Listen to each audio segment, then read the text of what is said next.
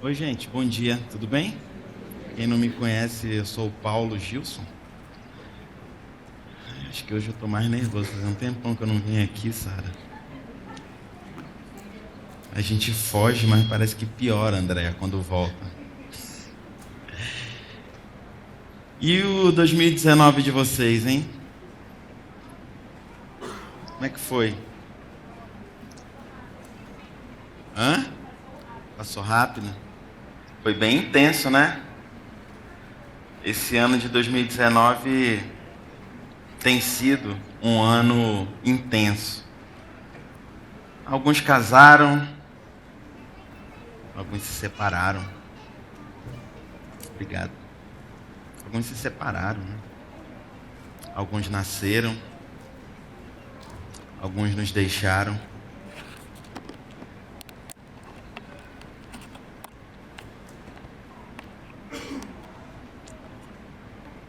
Alguns foram promovidos no trabalho.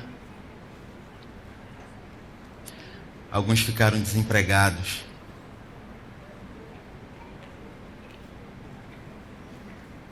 Essa é a dinâmica da nossa vida. É assim que ela funciona. A vida, aquela que não espera por ninguém, aquele tempo que não volta. A dinâmica da vida funciona assim. Não dando muita colher de chá pra gente. Mas a gente encara ela de frente. Esse mês, a gente parou para pensar numa série chamada Sinais de Esperança. E Cristo é a nossa esperança. Semana passada foi a semana do Natal e a gente ouviu sobre a importância da centralidade desse evento na nossa vida, que é o nascimento de Jesus, e como é que a gente lida com ele e como que a gente dá o real valor e a importância que ele tem. E muitas vezes em muitas comunidades e hoje em dia nas redes sociais e por onde a gente interage, a gente escuta muito, cara, não se preocupa não. Se 2019 não foi bom como você gostaria que fosse, 2020 vai ser bom, 2020 vai ser muito melhor. E existe uma linha muito tênue que divide a gente acreditar no melhor e aquele triunfalismo que a gente determina e não, a gente vai fazer aqui a oração do ano próspero, sabe? Eu tô sozinho nessa ou alguém... Ninguém nunca ouviu falar nisso? Ah, tá. Não me deixem sozinho aqui. Sabe, então tem essa linha muito tênue. E eu sou daqueles, sabe, Gabi, que a gente tem que acreditar sim no melhor e a gente... Mas a gente não pode... A gente tem que estar atento a essa linha tênue. Porque a nossa dinâmica de vida muitas vezes matam os nossos sinais de esperança. Hoje, eu quero chamar a tua atenção de verdade para que a gente olhe para esses eventos e adventos da dinâmica da vida sob a perspectiva de que Deus, Ele não é um Deus muito preocupado e ligado em coisas, mas é um Deus especialista em pessoas. E quando eu digo que Ele é especialista em pessoas, a especialidade dele e o objetivo principal dele é fazer com que eu e você sejamos cada vez mais parecidos com Jesus. Obrigado, bom dia. É isso aí. Hoje é isso aí. Mas a gente observa, quando a gente olha para a Bíblia, que isso acontece desde que o mundo é mundo. E Deus me levou lá em Abacuque. O profeta Abacuque faz parte dos profetas menores. Se você não sabe quem é Abacuque, se você não sabia, Bizu, se você não sabia que existia Abacuque na Bíblia, se você não sabia que ele era dos profetas menores, se você não sabe que Abacuque tem só 3 capítulos, você está sabendo disso tudo pela primeira vez agora, quando eu estou falando, não perca ao Viva a Palavra no que vem. Hein? Viva a Palavra, Ulisson, né? Vamos com tudo. Importante. Abacuque existe, é um livro pequenininho, de 3 capítulos, está lá no Velho Testamento. E até te encorajo a ler o livro de Abacuque, ele é muito famoso. Talvez você conheça aquele versículo, ainda que a figueira não floresça, não sei o que, papapá, papapá. Talvez você, né, ainda que não haja fruto na vide e tal. Mas esse versículo está lá em Abacuque 3,17. Mas eu quero te falar um pouco sobre quem foi Abacuque e como é que ele chegou nesse ainda que a figueira não floresça. Quando eu comecei falando sobre a dinâmica da vida, então tem algumas coisas que acontecem desde que o mundo é mundo. Na época de Abacuque foi um profeta contemporâneo de Jeremias. Contemporâneo de Jeremias. E Jeremias profetizou que o povo de Deus seria levado cativo pelos babilônios. Só que a geral não deu moral para Jeremias e alguns duvidaram. Abacuque acreditou que a profecia de Jeremias era quente. Falou, pô, esse cara aí é um de Deus e tal, eu acho que ele está falando um negócio que vai acontecer. E aí Abacuque entrou numa crise. E aí Abacuque no capítulo 1 e verso 1, a gente vê que Abacuque ele entra numa briga com Deus. Olha só. Abacuque 1 diz assim, advertência revelada ao profeta Abacuque. E aí Abacuque fala assim com Deus. O título é A Primeira Queixa de Abacuque. Ele diz assim: até quando, Senhor, clamarei por socorro sem que tu ouças? Até quando gritarei a ti violência sem que tragas salvação? Por que me fazes ver a injustiça e contemplar a maldade? A destruição e a violência estão diante de mim, a luta e conflito por todo lado. Por isso a lei se enfraquece, a justiça nunca prevalece. Os ímpios prejudicam os justos e assim a justiça é pervertida. Perceba aqui que Abacuque, ele está preocupado com uma coisa que foi falada pelo profeta Jeremias, e ele está ligada num evento, e aqui a queixa de Abacuque é para que Deus haja em uma situação que estava inclusive ligada a todo o povo. E Deus, ele é um Deus que ele age e que ele pode fazer o que ele quiser, porque ele tem todo o poder. Esse é o Deus a quem nós servimos. Mas lembra que a tese de hoje é que ele está mais preocupado com as pessoas. E aqui na história de Abacuque, a história se desenrola da seguinte forma. Eu não vou ler os 3 capítulos, mas Abacuque faz essa queixa, e aqui diz que o Senhor responde, e na resposta que Deus dá, Deus diz mais ou menos assim para ele: olha, Abacuque, eu vou trazer sim os babilônicos para cá, que é uma nação cruel, e eu vou deixar eles fazerem o que eles já fazem. E aqui Deus não diz explicitamente, mas eu olhando para a Bíblia, que a gente já tem a revelação completa e usando a imaginação que Deus me deu e Ele permite que eu use, eu, quando olho hoje para o texto de Abacuque, eu penso assim, cara, Deus deixou que os babilônicos invadissem e levassem todo mundo preso, e esse evento não foi impedido por Deus. Depois que você lê, você vai ver que Deus deixou, e eles foram cativos. Lembra que Daniel foi levado cativo e tal, e Sadraque, Mesaque, Abednego. Está tudo ligado, gente, a Bíblia está toda interligada.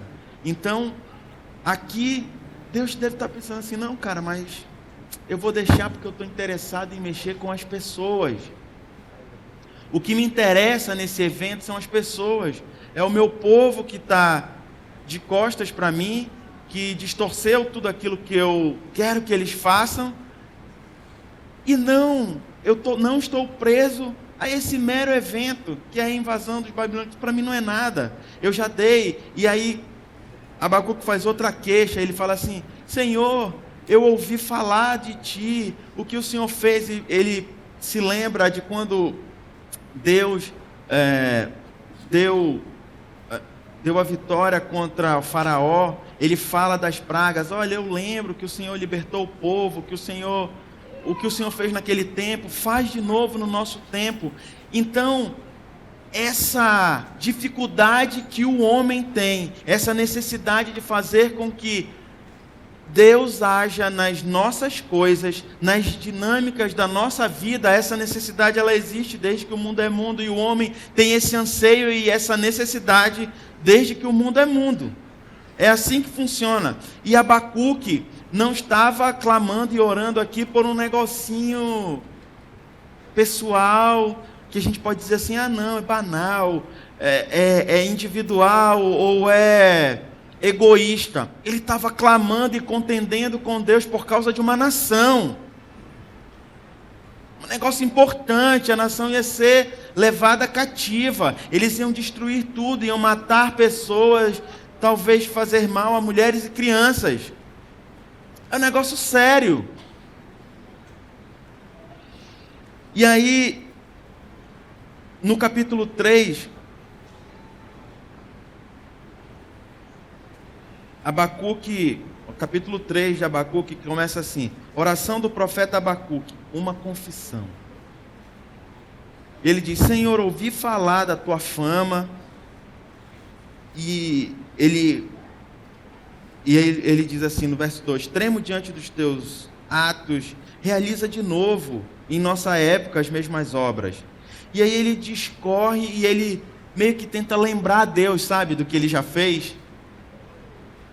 E é uma oração longa de confissão, mas lá no verso 17, parece que a ficha de Abacuque começa a cair, que é o versículo mais famoso, que a gente mais conhece, que diz assim, mesmo não florescendo a figueira, e não havendo uvas nas videiras, mesmo falhando a safra de azeitonas, não havendo produção de alimento nas lavouras, nem ovelhas no curral, nem bois nos estábulos, ainda assim eu exultarei no Senhor e me alegrarei no Deus da minha salvação.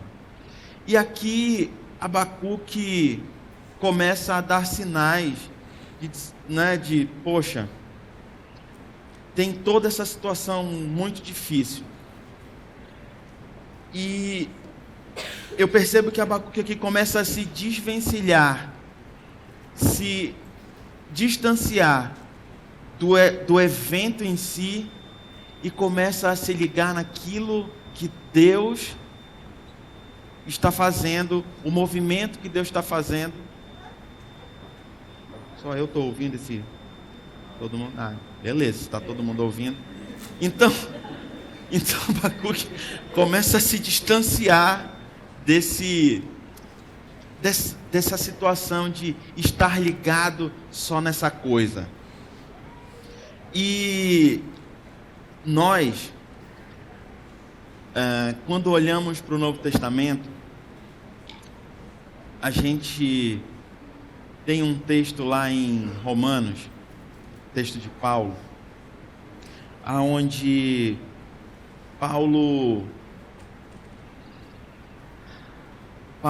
em Romanos 8, 28, o título, ele começa com mais que vencedores. E eu acho que tem uma questão aqui de interpretação bíblica, interpretação daquilo que está escrito, que faz com que a gente se prenda nas coisas.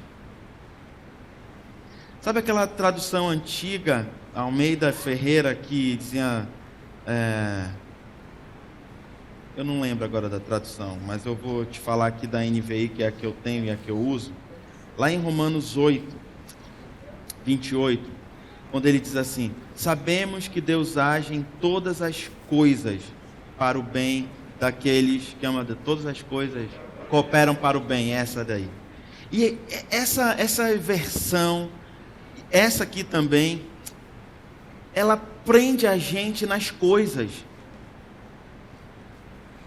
Assim como o Abacuque, assim como o Paulo Gilson, assim como muitos de nós aqui, quando a gente lê isso aqui, todas as coisas, a gente meio que se prende nas coisas e naquilo que a gente quer que Deus faça para a gente, na intervenção dele, na dinâmica da nossa vida e nas coisas que acontecem a nós. E esse negócio de todas as coisas cooperam. E eu me fico pensando essa coisa que Deus não interviu. Eu e a Andresa, a gente... Acho que alguns de vocês não sabem, mas a maioria sabe. A gente perdeu o nosso primeiro filho, Paulo Vitor. Hoje ele teria 16 anos, né? Eu, honestamente...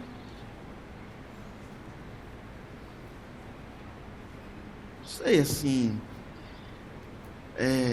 esse discurso de, olha, Deus levou o teu filho agora, você não entendeu, mas depois você vai entender.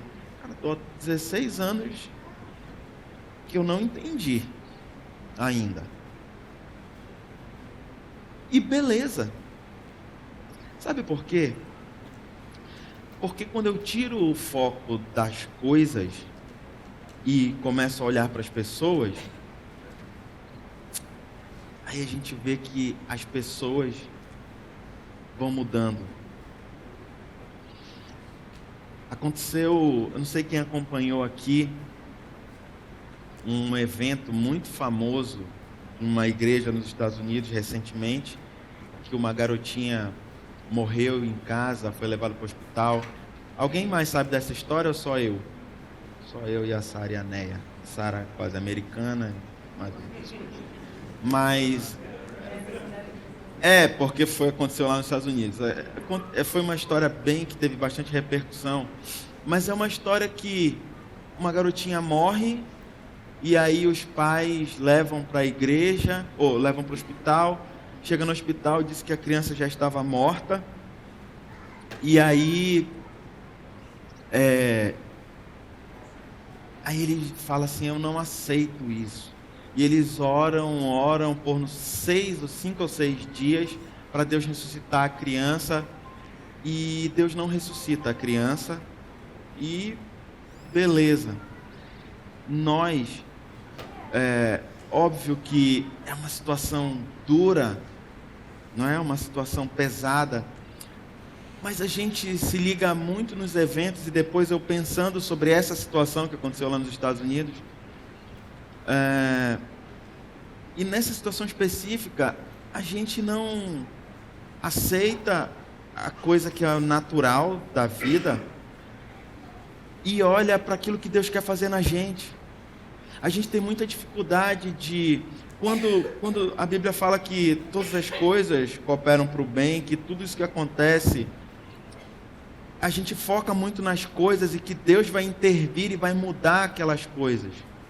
E aí em muitas comunidades a gente fica ouvindo assim: não, se o teu ano de 2019 tu ficou desempregado, eu determino que 2020 tu vai ter um bom emprego, tu vai ser o diretor de uma empresa.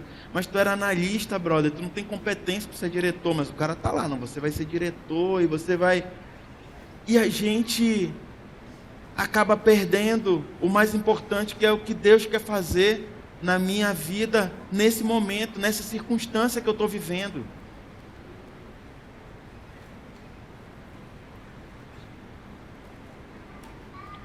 Isso é o mais importante. Deus, Ele está mais interessado em você e em mim, na minha vida e na sua vida, em quem você é hoje, e o quão distante ou tão parecido com Cristo você está se tornando, do que em deixar que o próprio povo dele fosse levado escravo pelo povo da Babilônia, ou pela vida do Paulo Vitor, meu filho, que a vida pertence a ele. Então é ele que dá a vida, é ele que tira. Então ele está mais interessado no que eu estou me transformando, no quanto eu estou parecido com Cristo, do que na minha convivência com o Paulo Vitor aqui nesse momento. Mas quando a gente continua aqui em Romanos 8,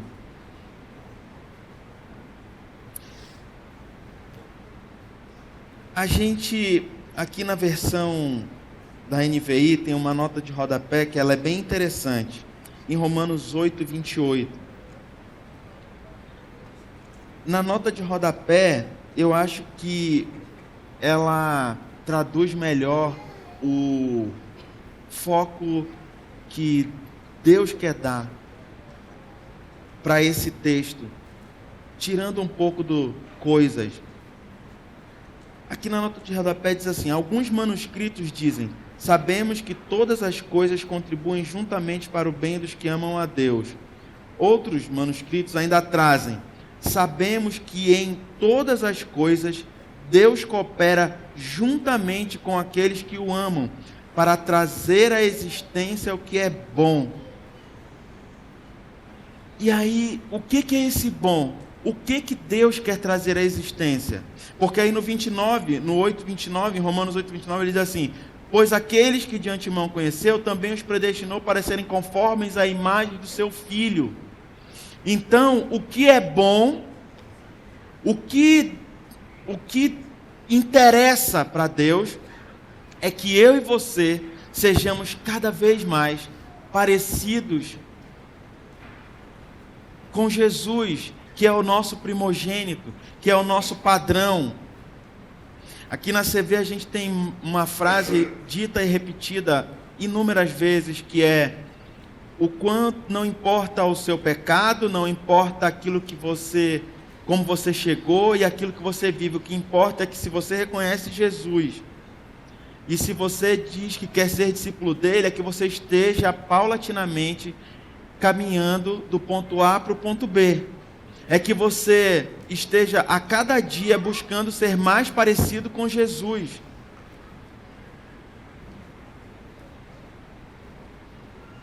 E aí, o que o apóstolo Paulo está dizendo aqui é que, olha só, você vê, você ficou desempregado esse ano? Fiquei.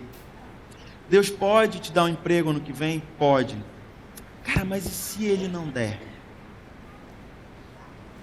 O que ele está dizendo aqui é que Deus vai usar toda a circunstância da minha e da tua vida para fazer com que eu e você sejamos cada dia mais parecidos com Jesus. E que a circunstância é circunstancial. Pegaram? Não? E que a circunstância, ela vai passar, é que ela é só uma circunstância. E que realmente Ele tem todo o poder. Ele tem todo o poder para mudar qualquer circunstância. Eu não estou aqui hoje dizendo assim, olha, querendo matar a sua esperança. Pelo contrário, eu quero renovar a sua esperança, mas eu quero te convidar para fazer esse ajuste de foco. O mais importante para Ele não é apenas mudar a sua circunstância de vida, mas é usar a sua circunstância de vida para que você seja mais parecido com Jesus.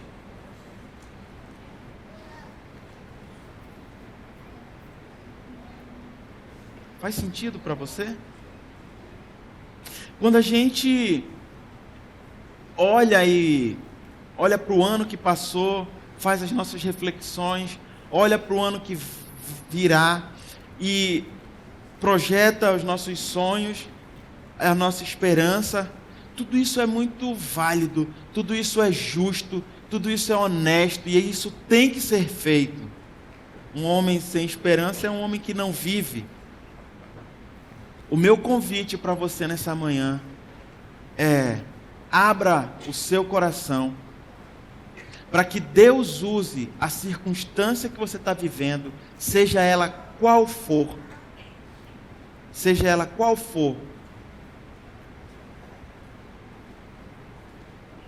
para que você seja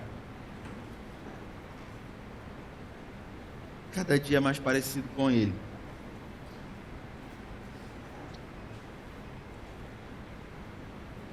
E deixa eu te contar um negócio. Quem está falando aqui com você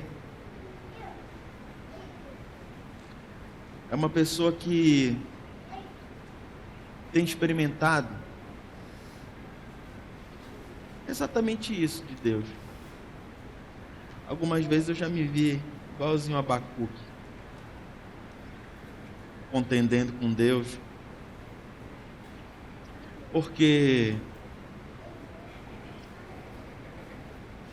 de um tempo, alguns anos para cá, algumas coisas começaram a dar bem erradas para mim, sabe? Primeiro foi um desemprego e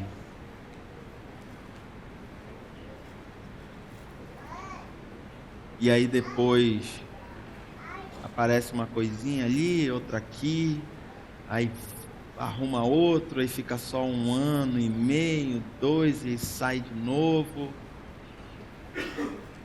e abre empresa, e caminha um pouco, e para de novo a operação, e nesse tempo todo, dessas coisas que eu tenho vivido, e eu sempre fui um cara muito ligado em esportes, e opera o joelho, e fica meio deprimido, e depois de 1 ano opera de novo. Muitas coisas não têm dado certo para mim. Mas eu tenho uma convicção. Aquele cara lá de 2011, que estava com tudo dando certo, aquele cara jamais estaria aqui hoje.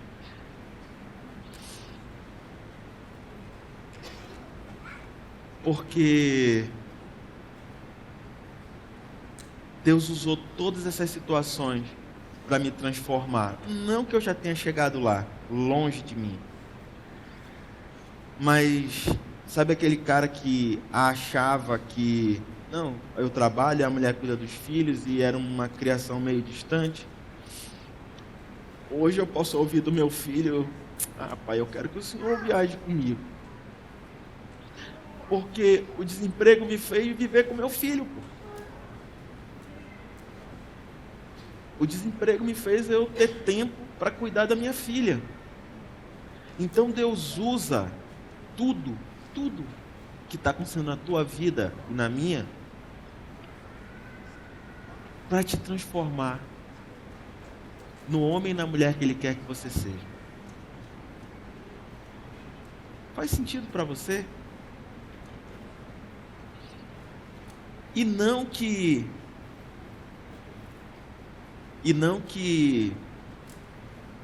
é claro que eu acredito, sabe, que ano que vem vai ser muito melhor. A gente nem pediu autorização do meu irmão, mas a gente perdeu o último cliente que tinha esse ano. E claro que eu acredito que vai ser melhor. Mas se em janeiro, 5 de janeiro, não aparecer nenhum cliente e a gente não retomar a empresa com tudo, se uma multinacional quiser me contratar, Deus está usando tudo isso para que eu seja a pessoa que Ele quer que eu seja. E isso basta.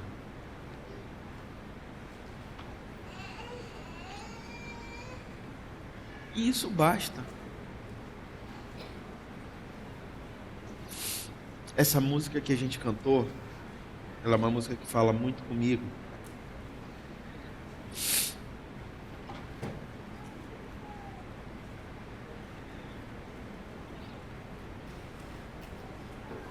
Ela fala muito comigo porque ela diz algumas frases assim: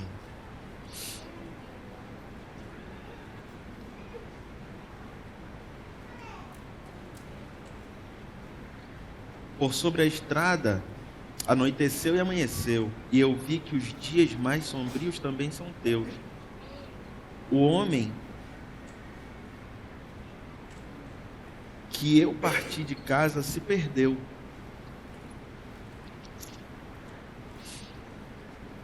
E a caminhada fabricou um novo eu. Aquele homem lá de 2011, que tinha, eu achava, o melhor emprego do mundo e queria ser diretor da empresa que eu trabalhava, aquele homem já se perdeu. E a caminhada com Cristo fez um novo eu.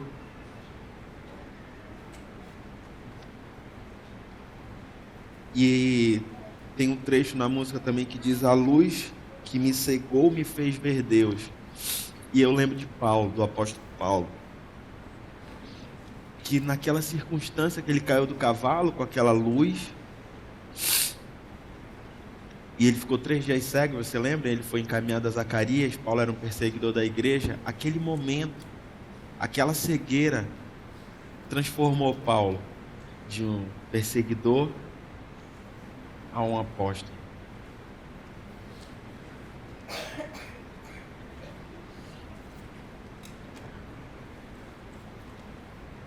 E a música ainda diz assim: o caminho muda e muda o caminhante. É um caminho incerto, não é um caminho errado. Não tem nada demais se você ficou desempregado esse ano. São coisas da vida que acontecem, não é um caminho errado. É só um caminho incerto, a vida é assim. A vida é assim. E a música diz: eu, caminhante, quero o trajeto terminado. Porque nós só nos preocupamos com quem chega lá e ganha o troféu. Aquele cara que é o campeão, daqueles teus 4 amigos, o que deu certo, o empresário que deu certo, o cara que virou diretor. Mas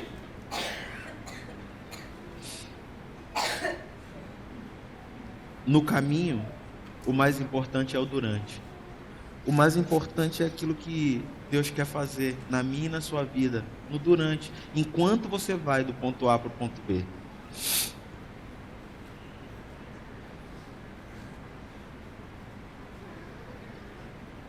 Nós vamos cantar de novo essa música. E eu queria te convidar para orar comigo no final dessa música. Eu queria primeiro que você cantasse essa música entendendo tudo que ela está dizendo. E eu queria te convidar para a gente orar junto. Eu queria te convidar, enquanto a gente canta, para você vir aqui na frente, para a gente orar juntos. E a minha oração nessa manhã, por mim e por você, é que você abra o seu coração para a mudança que Deus quer fazer na sua vida durante a circunstância que você está passando. Porque isso é só uma circunstância e ela vai passar. Mas o que Deus quer fazer na tua vida vai te mudar para sempre. Vamos cantar e eu vou te esperar aqui para a gente orar.